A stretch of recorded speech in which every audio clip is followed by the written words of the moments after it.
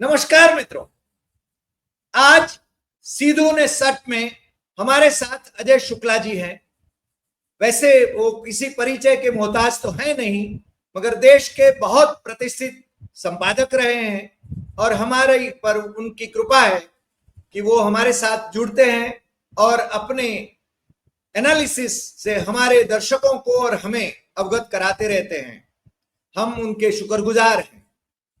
अजय जी, लोकसभा में विपक्ष के नेता राहुल गांधी ने चुनाव की चोरी का पूरा खेल समझिए इस शीर्षक वाला जो लेख लिखा और मेरे ख्याल से इलेक्शन कमीशन और भारतीय जनता पार्टी को लगभग नंगा कर दिया, महाराष्ट्र का उदाहरण लेके। और बिहार में जब चुनाव है तो यही माहौल बिहार में भी उनको करना होगा। इस प्रकार से उन्होंने हमें चेताया है। तो आज के चर्चा में हम वही मसला लेंगे और आपसे बेहतर और कौन हो सकता है जो इस पर टिप्पणी कर सके। अजय जी, आपका स्वागत है। जी नमस्कार, और हमारे सभी दर्शकों को बहुत नमस्कार। और आपने बुलाया, निश्चित रूप से ये बहुत बड़ा टॉपिक है। इसे हम यदि सामान्य अर्थों में एक आरोप प्रत्यारोप के रूप में देखें तो शायद हम बहुत बड़ी भूल करेंगे, क्योंकि यही अधिकार पाने के लिए हमारे पूर्वजों ने 7,34,000 कांग्रेसी और उनके साथियों ने, सहयोगियों ने इस देश की आजादी में शहादत दी, शहीद हुए और करोड़ों लोग जेल में गए, करोड़ों लोगों ने तकलीफ झेली। आपके गुजरात में सबसे बड़े योद्धा चाहे महात्मा गांधी हो या सरदार वल्लभ भाई पटेल हो या और दूसरे लोग रहे हो, तो वो सब ने जो योगदान दिया, जो लड़ाई लड़ी, और वो लड़ाई पूरे भारत में जिस तरह से बढ़ी, क्योंकि जब कांग्रेस का गठन हुआ था तो इत्तेफाक से जो आज गुजरात है वो बॉम्बे स्टेट ही होता था, और वही बॉम्बे में स्टेट में बैठ के कांग्रेस का गठन हुआ था 1885 में। तो अब आप समझ लीजिए, जिस गुजरात ने वह अलख जगाई थी उसमें इतनी शहादतें, इतना सब कुछ दे के हमें यह लोकतंत्र मिला है। और यह लोकतंत्र पाने के लिए सिर्फ लोगों ने जाने नहीं दिए, तमाम तकलीफें सही हैं, तमाम तरह से दूसरे और कुर्बानियां दी हैं। तो इन सब कारणों से बहुत अहम है और यह इतना बड़ा विषय है कि जिस पर हर व्यक्ति को सोचना चाहिए, क्योंकि यही एकमात्र आपके पास ताकत है और कोई है नहीं। और यदि यह ताकत छीनी जाए, यह ताकत चोरी की जाए या लूटी जाए तो निश्चित रूप से सबसे ज्यादा चिंताजनक होता है। भारत के संविधान में अनुच्छेद 324 से लेके 329 तक इसमें पूरी व्यवस्था इसीलिए स्पेशली की गई है। 324 में निर्वाचन आयोग क्या होगा, उसका कैसे नियुक्तियां होंगी, कैसे क्या प्रक्रिया होंगी, जरूरत के मुताबिक चीजों में चेंज हुआ। पहले 1 सदस्य होता था, फिर बढ़ते बढ़ते 3 सदस्य हुआ।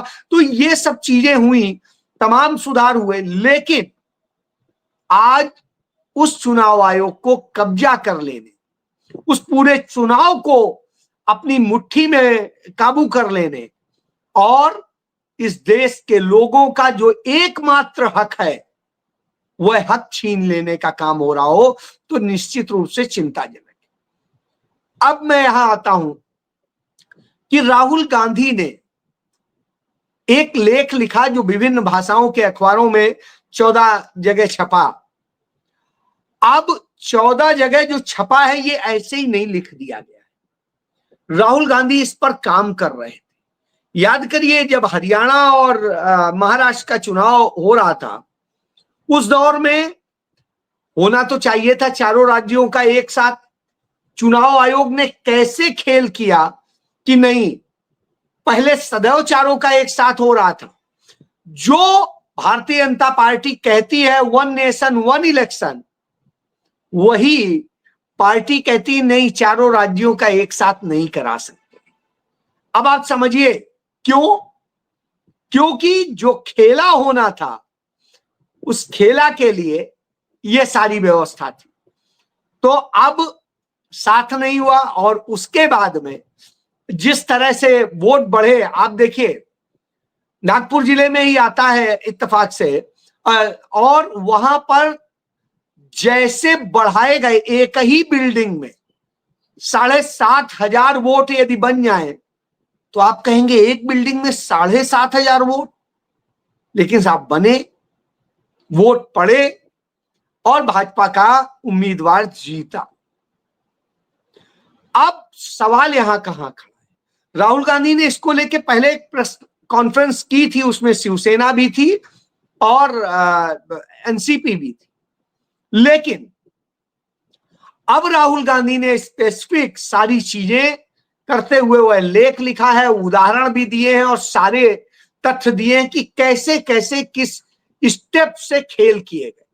कि पहले चुनाव आयोग में अपने लोग बैठा दो, उसको ऐसा बना दो कि नहीं उसमें मोनोपोली चले, उसके बाद में उसकी मशीनरी को कैसे कैप्चर कर लो, कैसे मतदाता सूची में अपने लोग डलवा दो और बाकी के निकाल दो, और उसके बाद में जब वोटिंग का जो टाइम है उस टाइम के बाद में अचानक एकदम से 2 घंटे में इतने वोट डलवा दो जो कि संभव नहीं है, क्योंकि एक मशीन में आप बटन दबाते और करते जो टाइमिंग लगती है मिनिमम, यदि उस मिनिमम टाइमिंग के हिसाब से भी देखेंगे तो उतना वोट नहीं पड़ सकता।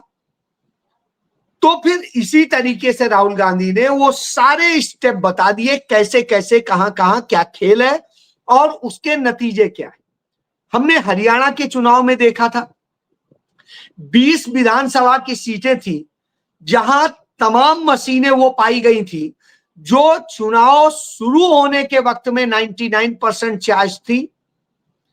12 घंटे उसमें वोटिंग हुई और 12 घंटे बाद में पैक करके रख दी गई, और फिर जब मतगणना होनी थी तो काउंटिंग के दिन जब वो खोली गई तो भी 99% चार्ज थी। साहब, ऐसी कौन सी बैटरी है जो 99% से शुरू हो और 99% ही रह जाए, लेकिन जब काउंटिंग हो तो वो 5 मिनट में ही उसकी बैटरी घटना शुरू हो जाए। अब आप सोचिए, जब 5 मिनट में 10 मिनट में वहां घटना शुरू हो जा रही है तो यहां इतने के बाद भी नहीं हो रहा है, तो ये अपने आप में समझ में आता है। बहरहाल जितनी 99% चार्ज थी मशीनें, वो सारी मशीनों में भाजपा जीत जाती है, लेकिन जो नेचुरल वे में 60% 70% चार्ज बची उनमें भाजपा हार जाती है। यानी कहीं ना कहीं यह संदेह तो बिल्कुल पुख्ता कर देता है। तमाम मैंने जो टेक्नोलॉजी के जानकार हैं उनसे पूछा, उनका ये तो संभव नहीं है, बाकी चीजें चलिए कुछ होता है नहीं होता है, लेकिन 99% कैसे रह सकती है, कोई मानने को तैयार नहीं। बहरहाल कोई बात नहीं, कांग्रेस पार्टी ने हर मशीन वार उसकी शिकायत दी थी, आज तक उस पर कोई जवाब चुनाव आयोग ने नहीं दिया, कोई जवाब नहीं। कांग्रेस पार्टी कोर्ट गई है, कोर्ट में अभी तक उस पर कुछ हुआ ही नहीं है, प्रोसेस ही नहीं हुआ। एक वकील साहब मिस्टर पासा, वो पंजाब हरियाणा हाई कोर्ट गए और उन्होंने पंजाब हरियाणा हाई कोर्ट में सारे तथ्य प्रस्तुत किए और कहा वीडियो फुटेज हमें उस जगह वो ऐसी ही जहां पे 99% चार्ज थी वहां के वीडियो फुटेज दे दी। साहब, हाई कोर्ट ने आदेश किया कि वीडियो फुटेज दे दें, लेकिन इमीडिएट चुनाव आयोग ने मोदी सरकार के साथ मिलकर के नियम बदलवा लिए और कहा कि नहीं, हम वीडियो फुटेज नहीं देंगे। साहब, क्यों नहीं देंगे? क्यों होता है वीडियो फुटेज? इसीलिए तो होता है, और बाद में कुछ दिन लटकाने के बाद में उन्होंने कहा नहीं, हम थर्ड पार्टी को नहीं देते हैं। तो चलिए, कांग्रेस पार्टी ने इस पर अप्लाई कर दिया तो उनका अब तो हमने डिलीट कर दिया, क्योंकि इतने दिन बाद हम डिलीट कर देते। अब आप समझ लीजिए, यदि आप चोर नहीं है, मैं नहीं कहता हूं आप चोर, आप यदि चोर नहीं है तो हरी जी आप क्यों डरेंगे, हम क्यों डरेंगे? हम कहेंगे हाँ ठीक है, देख लो यार क्या देखना है। यदि मेरी डिग्री फर्जी नहीं है तो शान से दिखाऊंगा कि हाँ ये है मेरी डिग्री, देख लो, जहां चेक कराना है करा लो। लेकिन यदि फर्जी होगी तभी तो हम डरेंगे। तो साहब यहां जो सर्टिफिकेट तो जीत के दे दिए, लेकिन वो जो उसके सबूत है कि हाँ सही में भी यहां वोटिंग हुई थी उतने घंटे, और वो भी उन्होंने उस समय के नहीं मांगे जो रूटीन टाइम के थे, उन्होंने मांगे कि जब 5 बजे के बाद जो वोटिंग हुई है, और आप कह रहे हो 5 बजे के बाद 2 घंटे में 3 घंटे में इतना वोट पड़ गया जितना उतने वक्त में नहीं पड़ा, तो साहब इसकी दे दी नहीं, उस 2 घंटे 3 घंटे की भी नहीं देंगे। चलिए अब मैं फिर आ जाता हूं। राहुल गांधी ने जो बेसिक सवाल किए, उदाहरण दिए, सबूत दिए, पूरा लेख चूंकि आपने तो पढ़ाई है, यदि आप पूरा लेख पढ़ें, एक एक फैक्ट के साथ दिए। राहुल गांधी इस देश के नेता प्रतिपक्ष यानी शैडो प्राइम मिनिस्टर, और शैडो प्राइम मिनिस्टर यदि कोई सवाल उठा रहा है, देश के 14 अखबारों में छप रहा है, नियमतः आप भी संपादक रहे हैं देश के इतने बड़े अखबार के, मैं भी इत्तेफाक से रहा हूं, तो हम जानते हैं यदि कोई गलत चीज छप जाती थी तो तमाम इंस्टीट्यूशन से हमें तुरंत चिट्ठी आती थी बगैर मतलब सिग्नेचर्ड कि आपने ये गलत छापा है, इसका आप खंडन छापिए या ये सुधार छापिए।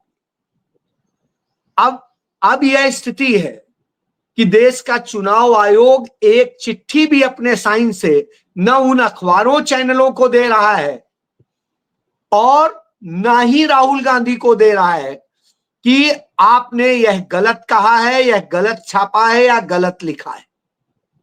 एक जी आवाज बंद है आपकी। उन्होंने तो ये कहा कि राहुल गांधी हमें लिखेंगे तब हम उत्तर देंगे। अब नहीं हरी भाई उस पे भी आ रहा हूं, अभी आ रहा हूं, 1 मिनट सुन लीजिए। यही सबसे बड़ा गंभीर विषय कि राहुल गांधी को एक भी चिट्ठी नहीं भेजी, उन अखबारों को नहीं भेजी जिन्होंने छापा जी। अब अचानक एक खबर सारे अखबारों के सोशल मीडिया पे और उस पे आने लगी, ट्विटर पे आने लगी कि चुनाव आयोग ने कहा कि राहुल गांधी ने गलत कहा है, राहुल गांधी ने मतदाताओं का अपमान किया है, राहुल गांधी ने चुनाव प्रक्रिया से जुड़े हुए कर्मचारियों अधिकारियों का अपमान किया है, वो संवैधानिक संस्था का अपमान कर रहे हैं, और ये तमाम तरीके से, और ये राष्ट्र का अपमान है, लोकतंत्र का अपमान है, सब कुछ कह डाला। आप एक चीज समझिए कि जब आप कभी नरेंद्र मोदी से कोई सवाल कर दें, नरेंद्र मोदी से कुछ कह दें, तो क्या आता है कि आपने देश का अपमान कर दिया, आपने इसका अपमान कर दिया, आप तो ये कर रहे हैं, आप तो भारत को वो कर रहे हैं, आप राष्ट्रद्रोही हैं, यही कहने लगते हैं ना, यही होने लगता है। वही चीज स्थिति हुई, चुनाव आयोग को जवाब देना है, सवाल चुनाव आयोग से, चुनाव आयोग ने कोई जवाब नहीं दिया। मैंने, आप अभी खुद खोल लीजिए, जो ट्विटर हैंडल है या सोशल मीडिया के उनके जितने चुनाव आयोग के हैंडल्स हैं उनको खोल लीजिए। चुनाव आयोग ने कहीं पर भी अपने किसी सोशल मीडिया हैंडल पे, ट्विटर पे, कहीं पर भी राहुल गांधी की बात का ना तो खंडन किया है, ना पक्ष लिया है, ना कोई सफाई दी। इसके बाद में चुनाव आयोग ने कोई चिट्ठी भी राहुल गांधी को जारी नहीं की है। तो फिर ये सवाल आता है, ये कैसे कहा गया कि राहुल गांधी को चुनाव आयोग ने ये कहा? तब मैंने चेक किया तो ये खबर जनरेट हुई कहां से? एएनआई से। एएनआई जिसे माना जाता है कि नरेंद्र मोदी की जेबी वो है, गोदी जिसे कह सकते हैं। तो आप ये देखिए, जब हम नरेंद्र मोदी के उस गोदी न्यूज एजेंसी के उस पे देखते हैं, वहां से जनरेट होती है। अब ये बात किस चुनाव आयुक्त ने कही? मुख्य चुनाव आयुक्त ने कही, या डिप्टी चुनाव आयुक्त ने कही, या उनके स्पोक पर्सन ने कही? किसने कही? सोर्सेस कहते हैं, सोर्सेस मैं यही कह रहा हूं कि साहब, जब कोई कही नहीं रहा है तो फिर कहां से आ गई? पहली बात। आप बाद में लिखते हैं, जब राहुल गांधी उस पर यह बात कहते हैं, फिर राहुल गांधी ट्वीट करके कहते हैं कि आप एक संवैधानिक संस्था है, एक सिग्नेचर, इसका जवाब दीजिए और वो करिए, और जो भी आपको आपत्ति है वो कहिए। तब क्या कहते हैं? तब आता है कि चुनाव आयोग के सूत्रों के मुताबिक, सोर्सेस के मुताबिक, कि राहुल गांधी जब हमें चिट्ठी लिख के भेजेंगे तब हम जवाब दें। साहब, ये सोर्स कौन है? ये सोर्स है कौन? संवैधानिक संस्था है, वो कोई ऐरा गैरा कोई छोटा सा अफसर नहीं है, या मुलाजिम नहीं है, या कोई और नहीं है। तो जो संवैधानिक संस्था है वो सोर्स कैसे हो सकती? इसका मतलब है कहीं ना कहीं से प्लान किया गया है, और प्लान किया गया है, और ये जवाब बिल्कुल वैसे ही है जैसे भारतीय जनता पार्टी के ट्रोलर जवाब देते हैं जी। ये किसी संवैधानिक संस्था का जवाब हो ही नहीं सकता है। और यदि है तो संवैधानिक संस्था को खुल के आपत्ति करनी चाहिए। यदि उसका अपमान हो रहा है और किसी संस्था की विश्वसनीयता पर सवाल है तो उसे आके कहना चाहिए। यदि मैं डॉक्टर हरि देसाई पर कोई आरोप लगाता हूं तो हरि देसाई बताएंगे कि हाँ, क्या सही है और क्या गलत है, कोई दूसरा थोड़ी ना बता सकता है। सही। या तो उसका वकील बताए, तो वकील भी नहीं बता रहा है, स्पोक पर्सन भी नहीं बता रहा है, तो ना ऑफिशियल बता रहा है, ना उसके जो जिम्मेदार हैं वो बता रहे हैं। तो साहब, ये आ कहां से गई खबर? ये तो वैसे ही है कि जैसे सोर्सेस के आधार पर नरेंद्र मोदी तमाम सारी खबरें प्लान करवाते हैं, उसी स्टाइल में। और मैं दूसरी बात कहता हूं, चुनाव आयोग के सामने विश्वसनीयता का सवाल सिर्फ भारत के लिए नहीं है, यह पूरी दुनिया में, कि जो भारत के संविधान के अनुच्छेद 324 से 329 तक की पूरी व्यवस्था के तहत है, जिसमें मतदाता के अधिकार, जिसमें कौन मतदाता होगा, कौन चुनाव आयोग होगा, कैसे फंक्शनिंग करेगा, इसको लेकर के बाकायदे संविधान ने व्यवस्था की है। तो जिसने वह उस लोकतंत्र की शुचिता की व्यवस्था की है, पारदर्शी लोकतंत्र बनाने के लिए चुनाव आयोग पारदर्शी तरीके से काम करेगा, निष्पक्षता और ईमानदारी से करेगा। तो साहब, क्या चुनाव आयोग की जिम्मेदारी नहीं है वो साबित करे कि हाँ, वो निष्पक्ष है, सही है, पारदर्शी है? तो राहुल गांधी के हर सवाल का पॉइंट वाइज जवाब दे दे। 5 सवाल तो हैं, उन 5 के जवाब दे दे, और डिजिटल कॉपी उसकी वो साइट पे भी डाल दे और वो दे दे। लेकिन उन सवालों के जवाब नहीं देने, उनसे बचना है और छिपना है, यह कह के कि ये भारत पर हमला है, ये चुनाव पर हमला है, ये संस्था पर हमला है, ये वहां उसके मुलाजिमों पर हमला है, ये देश के जनता पर हमला है, मतदाताओं पे हमला है। सब ये करके तो आप नहीं बच सकते। अब आता हूं कि जब यह चोरी हो रही है तो ये चोरी किसके वोट की हो रही? कांग्रेस के वोट की नहीं हो रही, भाजपा के वोट की नहीं हो रही है, या किसी और के वोट की नहीं हो रही। ये चोरी हो रही है आपके हमारे वोट की जी। हमारी आपकी यह संपत्ति है, अधिकार है, हमारा अधिकार छीना जा रहा है। यदि हमारा अधिकार छीना जा रहा है तो इस देश की जनता क्या कर रही है? राहुल गांधी ने बतौर नेता प्रतिपक्ष अपनी बात रख दी, कह दी, डंके की चोट पे कह दी जी। अब आप बताइए, एक बार प्रेस कॉन्फ्रेंस करके कह दिया था, लेख छाप के कह दिया, और बोल के भी कह रहे। इसके बाद इस देश की जनता जिसके वोट चोरी हो रहे हैं, जिसका हक मर रहा है, जिसके कारण उसे ऐसी सरकार में रहना पड़ रहा है, जो उनके सारे हक छीन रही है, चाहे उनके व्यवसाय के हक हो, चाहे उनके जॉब के हक हो, चाहे उनके अपने बच्चों के हक हो, चाहे आने वाला भविष्य हो, सब कुछ असुरक्षित कर रहे, देश की सीमाएं असुरक्षित कर रहे। ऐसी स्थिति में इस देश की जनता, जिसका वोट चोरी हुआ है, वह क्यों नहीं खड़ा, वह क्यों मगर नहीं सवाल कर? मगर अजय जी, मुश्किल यही बात है ना कि जनता तो मेरे ख्याल से हिंदू मुस्लिम में पड़ी हुई है, उसमें फंसाया जा रहा है। दूसरा, उसको फ्री राशन दिया जा रहा है। मेरे ख्याल से विकास कर रहा है देश तो 82 करोड़ लोगों को फ्री राशन कैसे दे रहे हैं? यानी अजीब तो बात है। लोगों का जो डीएनए है वो काम नहीं करने की ओर प्रेरित करता है उनको। यानी अब होगा क्या, यानी डेमोक्रेसी का क्या होगा? ये तो हाईजैक कर रहे हैं और सालों साल से ये चल रहा है, होगा क्या? डॉक्टर साहब, मैं यही कह रहा हूं कि देखिए, देश की आजादी की लड़ाई लड़ी गई थी तो इस देश की जनता उतरी थी सड़क पर, वो लड़ी थी, उसी ने शहादत दी थी, उसी ने सब कुछ किया था। कांग्रेस ने नेतृत्व तो किया था सिर्फ, और कोई इतनी बड़ी कांग्रेस नहीं थी, तब भी कांग्रेस इसी तरह से थी। तो अब आप समझ लीजिए, इस देश की जनता लड़ती है, लेकिन यदि जनता का ही करंट खत्म हो गया है, वो उस गुलामी की दिशा में जाने को तैयार है कि कोई आएगा डंडे से हाँकेगा, पुलिस वाला आएगा हाँक देगा, ईडी सीबीआई इनकम टैक्स और कोर्ट्स जो है आपको फंसा के खड़ा कर देंगे, तो आप इस डर से वो करेंगे।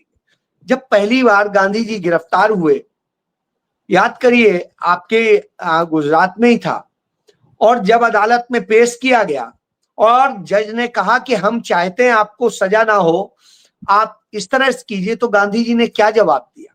नहीं, आप मुझ पे कोई रियायत मत कीजिए जी, जो कड़ी से कड़ी हो सजा हो वो दीजिए, मैं उस सजा के लिए तैयार हूं, मैं कोई माफी मांगने नहीं आया हूं जी। तो यह होता है, और जब इस तरह से खड़े होंगे, राहुल गांधी यही कह के आज खड़े, उन्होंने माफी नहीं मांगी थी सूरत की कोर्ट में भी, और उन्होंने आज तक कहीं किसी कोर्ट में माफी नहीं मांगी।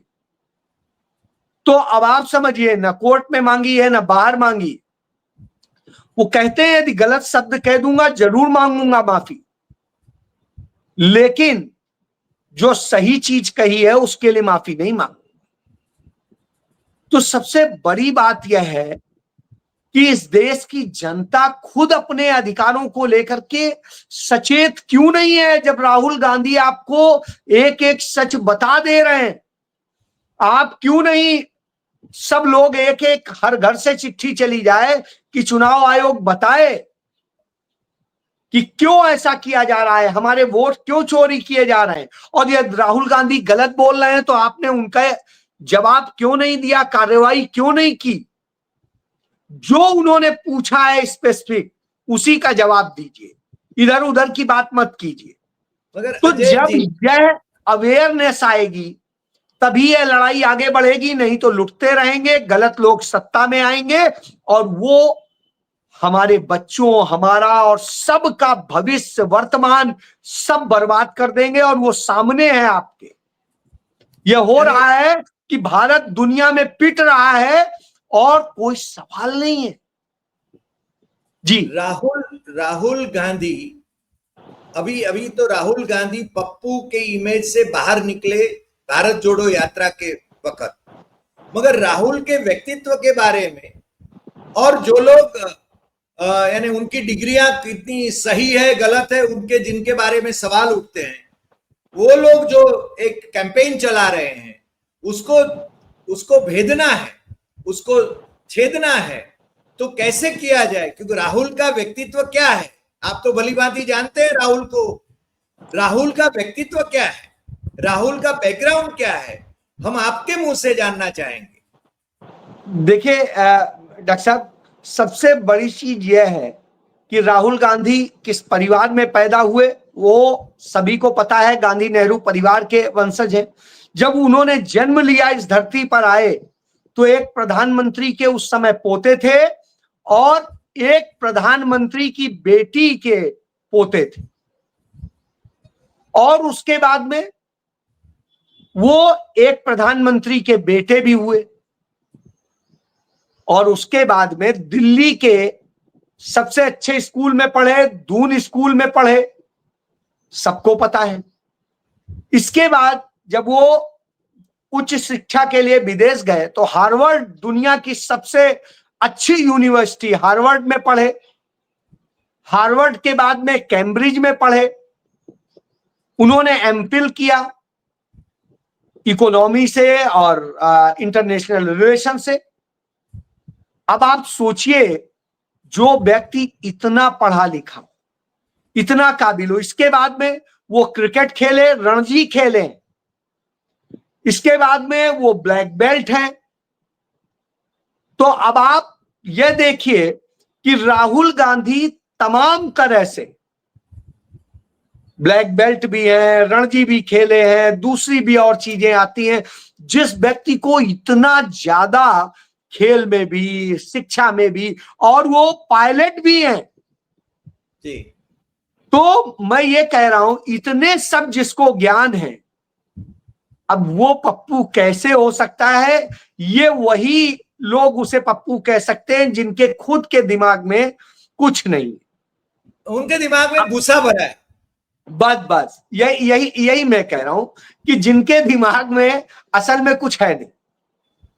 तो ऐसी स्थिति में वही व्यक्ति कहेगा नहीं। तो आप बताइए, चाहे एक ट्रेनिंग लेनी हो, चाहे कुछ हो, वही आदमी ले सकता है, इतना प्लेन उड़ा सकता है जिसको ठीक से कायदे से सोच समझ और सब कुछ आती हो, और सक्सेसफुल है। 5,000 जो है वो किए हुए हैं, उसका जो पूरा होता है एयर का, उड़ाने का होता है, फ्लाइंग। जी। तो अब आप ये सोचिए, इसके अलावा उन्होंने जिस तरीके से तमाम चीजें की हैं वो सबके सामने है। वो अच्छे तैराक भी हैं, यानी किसी भी चीज में वो आदमी सक्सेस है। और उस आदमी ने इस देश को दिखा दिया कि उसकी क्षमता यह भी है कि कन्याकुमारी से कश्मीर तक वो पैदल नाप सकता है, वो भी घूमते हुए 4,000 किलोमीटर। और उसके बाद मणिपुर से लेकर मुंबई तक, आपके गुजरात होते हुए वो हाइब्रिड यात्रा भी कर सकता है, कहीं पैदल, कहीं गाड़ी से, कहीं और तरीके से, तो वो सब कर सकता है।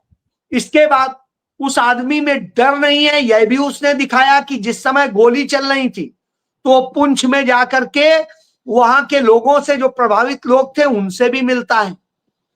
वो पहलगाम भी जाता है, वो श्रीनगर भी जाता है।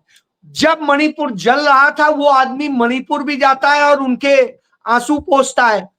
जब कोरोना फैला हुआ था उस समय वो हाथरस पीड़िता के परिवार से मिलने उस कोरोना के दौर में भी जाता है। और इसी तरीके से वो तमाम जगह। आप ये सोचिए, जिस व्यक्ति में यह क्षमता है, यह ताकत है, यह विश्वास है, जो निर्भीक है, आप बता दीजिए, जो अपने आप को महामानव कहते हैं, वो कोरोना के दौरान कहां छिपे हुए थे? आप वह बता दीजिए कि जब यह युद्ध जैसे हालात थे, गोलियां चल रही थी, क्या वो आज तक जब हम आपसे बात कर रहे हैं वो कश्मीर गए हैं? नहीं गए। उस दिन वो उद्घाटन करने गए तो जम्मू के रियासी से करके चले आए। हिम्मत नहीं हुई उस पुल तक जाने की जिस पुल का उद्घाटन करने गए। अब आप सोचिए, उस रेलवे, बस रेलवे स्टेशन पे पूरी सुरक्षा में हिला के चले आए और कुछ अकेले, नहीं। अकेले, मगर वो अकेले थे। हाँ, अकेले। कोई रेल मंत्री भी उसमें नहीं दिखेंगे, कोई मंत्री नहीं दिखाई देगा, मुख्यमंत्री भी नहीं दिखाई देगा।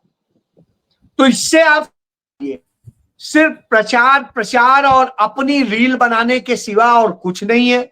लेकिन राहुल गांधी उस दर्द से कराहते हुए लोगों के पास जाते हैं, और वही नहीं जाते, जो लोग वहां मरते हैं उनके भी परिवारों से मिलने जाते हैं। मगर राहुल गांधी बार बार विदेश की यूनिवर्सिटियों में क्यों जाते हैं और वहां जाके भारत की आलोचना करते हैं? ऐसा कहते हैं लोग। मैं यही बता रहा हूं, राहुल गांधी इस दुनिया की 18 बड़ी यूनिवर्सिटी के गेस्ट फेलो हैं। अच्छा। और 18 दुनिया की बड़ी यूनिवर्सिटीज के, और वो वहां लेक्चर देने जाते हैं। इस बात को लेकर के हार्वर्ड यूनिवर्सिटी की एक प्रोफेसर ने कहा था, हम राहुल जी को इसलिए बुलाते हैं क्योंकि राहुल गांधी एक पक्षीय संवाद नहीं करते, वो बात रखते भी हैं, और जो स्टूडेंट्स की क्वेरीज होती हैं, दूसरे लोगों की क्वेरीज होती हैं, उनके जवाब भी देते हैं। नरेंद्र मोदी को इसलिए नहीं बुलाते हैं क्योंकि एक तो उनके पास नॉलेज की कमी है, और दूसरा वो सवालों का जवाब नहीं दे सकते। वो टेलीप्रॉम्प्टर चाहिए ना उनको, तो पब्लिक जी मीटिंग के लिए, इलेक्शन मीटिंग के लिए भी टेलीप्रॉम्प्टर चाहिए उनको तो। बिल्कुल, वो हमने दिल्ली में देखा था, अचानक एकदम से बंद हो गया तो खड़े हो गए, आगे क्या बोले। तो मैं यही बता रहा हूं मगर कि मगर आप, नहीं, एक सवाल, मेरा सवाल बाकी रहा। ये 18 यूनिवर्सिटी में उनको बुलाया जाता है, तो वो वहां पर उनको कोई मानधन वगैरह तो मिलता होगा, उनकी इनकम तो होती होगी। बिल्कुल होती है। इस्तेमाल राहुल कैसे करते गांधी हैं? राहुल गांधी का आईटी रिटर्न देख ले, वेबसाइट पे पड़ा हुआ भी है, तो उसमें आपको दिखाई देगा राहुल गांधी का खर्चा उनके इसी से चलता है जो लेक्चर्स देते हैं। राहुल गांधी अपनी जो सैलरी पाते हैं वो अपने क्षेत्र में ही खर्च कर देते हैं। जी। यही आप देखिए, राहुल गांधी ने तमाम लोगों की चुपचाप मदद की। इसका उदाहरण निर्भया के मामले का आप देखिए, राहुल गांधी ने कभी नहीं बताया। एक कहावत है कि किसी की आप मदद करिए तो पता नहीं चले किसी दूसरे को, वही अच्छी मदद होती है। गुजराती में एक कहावत है, जमणो हाथ मदद करे तो डाबाने पर खबर न पड़वी જોઈએ, यानी जी किसी को जी मालूम नहीं होना जी चाहिए। जी। तो राहुल गांधी ने निर्भया के भाई को और उनकी दूसरे और उसको बच्ची को, सबके लिए इतना किया, बच्चा पायलट बन गया और कुछ हो गया, सारी चीज। मैं रायबरेली के जी। 9 घर ऐसे जानता हूं जिनको सोनिया जी ने इस तरह से किया, उन घरों की शादी भी हुई, सब कुछ हुआ, सारी चीज। आप याद करिए, राहुल गांधी ने नहीं बताया, सोनिया गांधी ने नहीं बताया। राहुल गांधी का जब घर खाली कराया गया तब पता चला 28 बच्चे, अनाथ बच्चे उस घर में पलते थे। ओ 28 बच्चे। तब फिर राहुल गांधी ने हिमाचल की सरकार से एक कानून बनवाया कि जितने अनाथ बच्चे उसके यहां होंगे वो स्टेट के बच्चे माने जाएंगे और वो पालन पोषण करेगा। और फिर उसके बाद में उन बच्चों को वहां शिफ्ट किया गया। लेकिन उस बिल को 7 महीने रोके रखा मोदी सरकार ने, राज्यपाल ने और राष्ट्रपति ने। 7 महीने रोके रखा, यानी अनाथ बच्चों की मदद भी जिसमें कोई राहुल गांधी नहीं ले रहे हैं। तो अब आप सोचिए, यह है, राहुल ने कहा था कि उन्होंने कलावती की महाराष्ट्र में कितनी मदद की। यह जब अमित शाह ने सवाल उठाया तब कलावती की खुद सामने आई और उसने बीबीसी को बताया कि देखिए ये राहुल बाबा ने किया, ये दिया। आज तक राहुल गांधी ने कभी नहीं बताया कि उन्होंने हाथरस पीड़िता की क्या मदद की। उसके पिता ने आकर के बताया कि हमारी तो जो मदद अब तक हुई है वो राहुल गांधी ने की। तो यह स्थिति है कि इतने लोगों की मदद की राहुल गांधी ने कभी नहीं कहा। यही उनकी खूबी।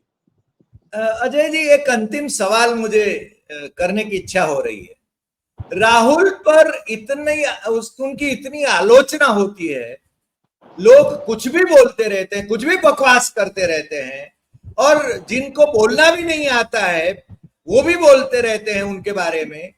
तो ये आदमी किस टिम्बर का बना है कि वो उसको बर्दाश्त कैसे करता है? मैं यही कह रहा हूं कि सच बोलने के बाद मैं उस आदमी के पेशेंस को देख करके मैं खुद अपने आप में अचंभित होता हूं। कितना पेशेंस है उस आदमी में, इतना सब कोई कुछ भी कहता है, वो सफाई नहीं देता है, कुछ नहीं कहता है। देखिए, विदेशी यूनिवर्सिटी में जाते हैं, जो सवाल आते हैं उन सवालों के जवाब आपको देने, सवालों के जवाब वही दिए जाएंगे जो वास्तविकता है। आप कहोगे वो देश को बदनाम कर रहे हैं, भाई देश को थोड़ी बदनाम कर रहे हैं, सवाल का सही जवाब दिया जा रहा है। इधर आप आइए, आप उदाहरण देखिए। राहुल गांधी ने कहा नोटबंदी डिजास्टर होगी, देश के लिए संकट पैदा करेगी। सबने देख लिया, राहुल गांधी की बात सच साबित हुई। राहुल गांधी ने कहा ये जीएसटी गब्बर सिंह टैक्स है और ये देश के व्यापार को बर्बाद करेगा, व्यापारियों को बर्बाद करेगा। आज किसी व्यापारी से पूछ लीजिए, वो जीएसटी से परेशान है। राहुल गांधी ने कहा कि इस देश में जो बेरोजगारी जिस ढंग से बढ़ रही है, जिस तरह से एमएसएमई सेक्टर को बर्बाद किया जा रहा है, आने वाले वक्त में बोझ बन जाएगी देश पर यह बेरोजगारी। आज यह स्थिति है, सीएमआई का आंकड़ा है कि 90 करोड़ बेरोजगार हैं इस देश के अंदर। सोचिए आप। अब इसके बाद में आप आ जाइए, इस देश में मनरेगा से लेके किसी चीज में रोजगार नहीं मिल पा रहा है, बुरी हालत है, सब कुछ है। और खुद सरकार स्वीकार कर ले रही कि हम इतने करोड़ को मुफ्त अनाज खिला के जिंदा रखे हैं। अब ये सारी स्थितियां, राहुल गांधी ने कहा कोरोना आने वाला है, सावधानी बरतिए, अभी से सिस्टमैटिक तरीका अपनाइए, कोई समस्या नहीं होगी। लेकिन तब उन्हें ही कहा गया कि वही कोरोना है, वही है, सब कुछ जो कहना था कहा गया। राहुल गांधी ने कहा कि किसानों को मजबूत कीजिए, उनकी वास्तविक आधार को मजबूत कीजिए, ये दिखावा मत कीजिए, उस पर काम कीजिए, नहीं तो आने वाले वक्त में संकट होगा। हमने देखा किस तरह से क्या हुआ, मजदूरों को लेके उन्होंने यही बात कही। और उसके बाद में आप देखिए, कोविड में बर्बादी हुई, उसमें बर्बादी हुई, और सबका नतीजा है हमारे पास। राहुल गांधी ने कहा कि भारत और चीन और पाकिस्तान का जो त्रिकोण है उसको भारत किस तरह से करता था, भारत की विदेश नीति क्या होती थी जिसके कारण चीन और पाकिस्तान अलग अलग रहते थे, हम दोनों के बीच सुरक्षित भी रहते थे और अपना ताकत दिखा लेते थे। नहीं मानी गई। आज हमने देख लिया, जब यह संकट आया तो कैसे चीन और पाकिस्तान एक साथ बैठे थे और भारत का कितना नुकसान कर रहे थे। 5 राफेल मार गिराए, कोई बात नहीं कर रहा है। अब इसके बाद में यदि आगे आप आएंगे तो आप देखिए, इसी तरीके से हमारे 28 सैनिक मार दिए गए, कहीं चर्चा नहीं है, कोई बताया नहीं जा रहा है, आंकड़े छिपाए जा रहे हैं। आज तक सरकार नहीं बता रही है टोटल कितने मारे गए, कहां कहां मारे गए, आधिकारिक रूप से कुछ नहीं बताया जा रहा। अब चुनाव आयोग की धांधली के बारे में राहुल गांधी ने कहा है, वो उस पर सवाल किए हैं, पॉइंट वाइज जवाब नहीं। और यही बात उन्होंने संसद में भी कही थी कि हमने ये डेटा मांगा है, उन्होंने बताया था संसद में, और संसद में ऐसे नहीं बोला जा सकता। उन्होंने उसे ऑथेंटिकेट किया था कि हमने ये मांगे, आज तक हमें नहीं दिए चुनाव आयोग। तो यानी जो ये जवाब है, ये भाजपा बना के अपने गोदी मीडिया के जरिए चला रही है। चुनाव आयोग ने अब तक कुछ नहीं बोला है, चुप्पी साधे हुए। तो यह सत्य है जी। मगर साहब, सवाल तो उठता है कि राहुल गांधी, हम कभी कभी कहते हैं कि वो एकल वीर है, यानी खुद अकेला लड़ रहा है। उसकी पार्टी में जो शादी के घोड़े हैं या तो लंगड़े घोड़े हैं, वही तो उसको पीछे खींच रहे हैं। ऐसा नहीं लग रहा है आपको? उनको निकाल नहीं पा रहे हैं? बिल्कुल लग रहा है, 100% हरी भाई लग रहा है। मैं एक बात बता दूं, राहुल गांधी जैसा सच्चा व्यक्ति सच्चाई से लड़ रहा है, कितने लोग उसके साथ आकर के लड़ रहे हैं, कितने उसी बात को, यदि हर नेता अपने क्षेत्र में अपनी जगह एक कैंपेन के रूप में उस बात को खड़ा कर दे, जनता को सच बता दे, समझा दे, तो मुझे नहीं लगता, क्योंकि जनता के पास सच पहुंच नहीं रहा, इसलिए वो मजबूर। तो ऐसी स्थिति में जरूरत इसकी है कि हर कोई साथ खड़ा हो, और खासकर पत्रकार खड़े हो जो निष्पक्ष हैं, उन्हें भी बताना चाहिए कि राहुल गांधी कितना सही कह रहे हैं, और इससे आप कहां, आप गुलाम बनाए जाने की तरफ बढ़ाए जा रहे हैं। तो ये बताने की जरूरत है, सबको लड़ने की जरूरत है। बहरहाल मैं फिर भी राहुल गांधी को सलाम करता हूं कि इतने हमलों के बाद भी उसके मां के लिए बुरा कहा जाता है, दादी के लिए, उसके पिता के लिए, उसके बहन के लिए, किसको छोड़ा गया है, और इसके बावजूद वो लड़ा। मैं सलाम करता हूं उस शख्स को। जी अजय जी, आज आपने काफी समय निकाला हमारे लिए और बहुत यानी विस्तृत रूप से आपने ये बातें बताई। राहुल गांधी का एक अनोखा व्यक्तित्व, उसका उभार आप लाए हैं और मेरे ख्याल से आने वाले दिनों में और कुछ काम अच्छे करेंगे ऐसी अपेक्षा करते हैं। भाजपा का जो ट्रोल सेक्टर है वो पता नहीं कब तक वो चलता रहेगा, मगर मोदी जी की साख तो दुनिया भर में मेरे ख्याल से कम हो रही है। ये हम देख रहे हैं कि सामने से इनविटेशंस मंगवाने पड़ते हैं और डॉक्टर सुब्रमण्यम स्वामी तो कहते हैं कि उनके वेटर को भेजा जाता है या तो उनको फोन किए करने के लिए प्रेशराइज किया जाता है कि भाई इनविटेशन मंगवाओ। तो आज आप हमारे साथ जुड़े, आपने सही बातें बताई, उसके लिए आपके बहुत बहुत शुक्रिया, आपका बहुत बहुत शुक्रिया और फिर मिलते हैं नए एपिसोड में। नमस्कार। नमस्कार।